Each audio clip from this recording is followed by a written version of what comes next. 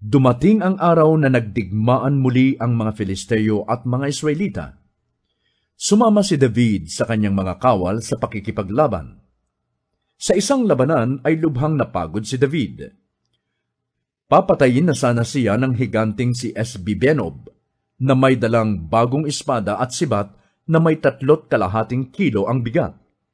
Ngunit tinulungan ni Abisai na anak ni Zeruiah si David, at pinatay ang higanting Filisteo. Mula noon, pinasumpa nila si David na hindi na siya muling sasama sa labanan. Ikaw ang ilaw ng Israel.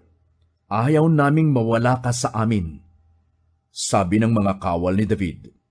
Hindi nagtagal at muling naglaban ang mga Israelita at ang mga Filisteo. Nangyari naman ito sa Gob at doon napatay ni Sibekay na Husatita ang higanting si Saf.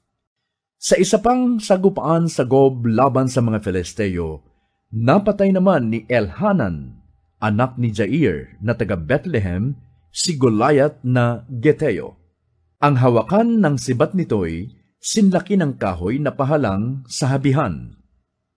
Sa isa namang labanan sa Gat, mayroong isang higante na 24 ang daliri, tig-6 bawat paa at kamay.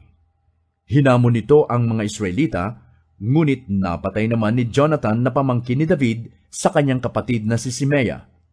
Ang 4 na ito'y buhat sa lahi ng mga higante sa Gat, at nasawi sa mga kamay ni David at ng kanyang mga tauhan.